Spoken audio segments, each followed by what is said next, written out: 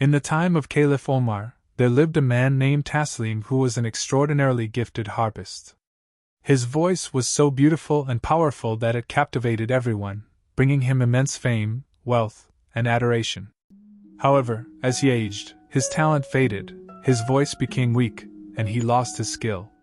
Consequently, his fortune vanished, he fell into debt, and people abandoned him for newer talents, leaving him poor, lonely, and desperate.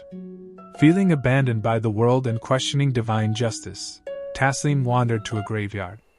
Overwhelmed by despair, he finally turned to Allah in prayer for the first time, acknowledging his helplessness.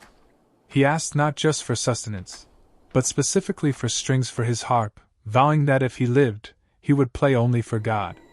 As he prayed and sang his last songs, his soul left his body and journeyed to a spiritual realm. There, he experienced a state of pure bliss, peace, and unity with the divine, far beyond any pleasure fame or music could offer. He felt he had finally come home, and wished to stay there forever. The divine command. Meanwhile, Caliph Omar was inspired by a divine dream.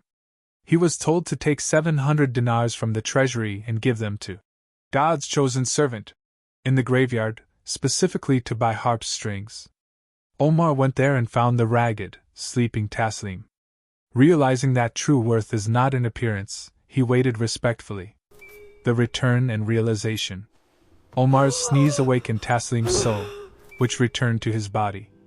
When Taslim received the money and understood it was a direct answer to his prayer, he was overcome with deep remorse.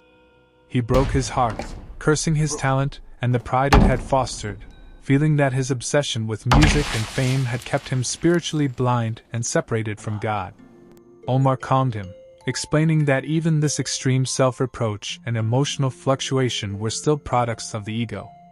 He taught that the concepts of past, present, and future, as well as extreme emotions, are like veils that keep one from truly knowing and connecting with the divine.